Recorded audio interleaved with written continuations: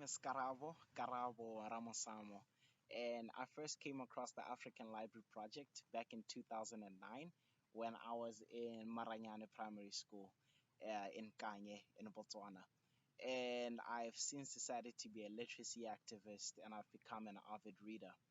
Because you see, for me, books came by as a powerful, pacifier in this chaotic world that I sometimes find myself living in.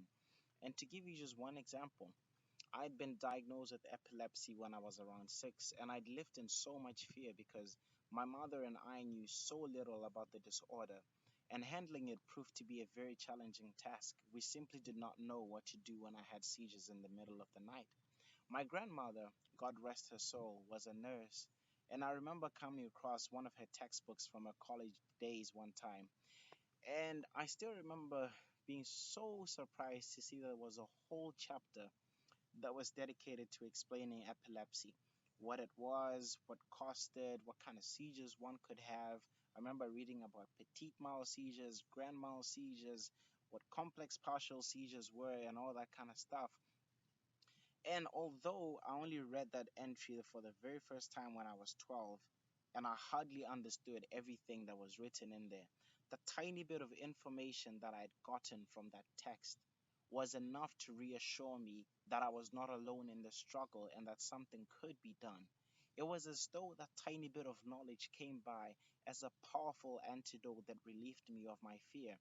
For there's nothing really in this world that is more reassuring than knowing what's going on. It's also pretty interesting to look back at the years between 2006 and 2008 when Botswana was still struggling with a fight against HIV and AIDS, and fear was spreading around the country like a wildfire. I remember reading about Nkosi Johnson, an HIV positive South African kid who sadly passed away in 2001 at the tender age of 12. I remember reading about the amount of work he had put in to educate people about his condition, the efforts he had put in to decrease the stigma that the general public had around HIV and AIDS. And although I was not directly affected by HIV myself, I had seen way too much of its effects in my country, and somehow seeing a kid who was as old as I am breaking it down the way he was enough to get me going, to process this whole thing too in a very rational way.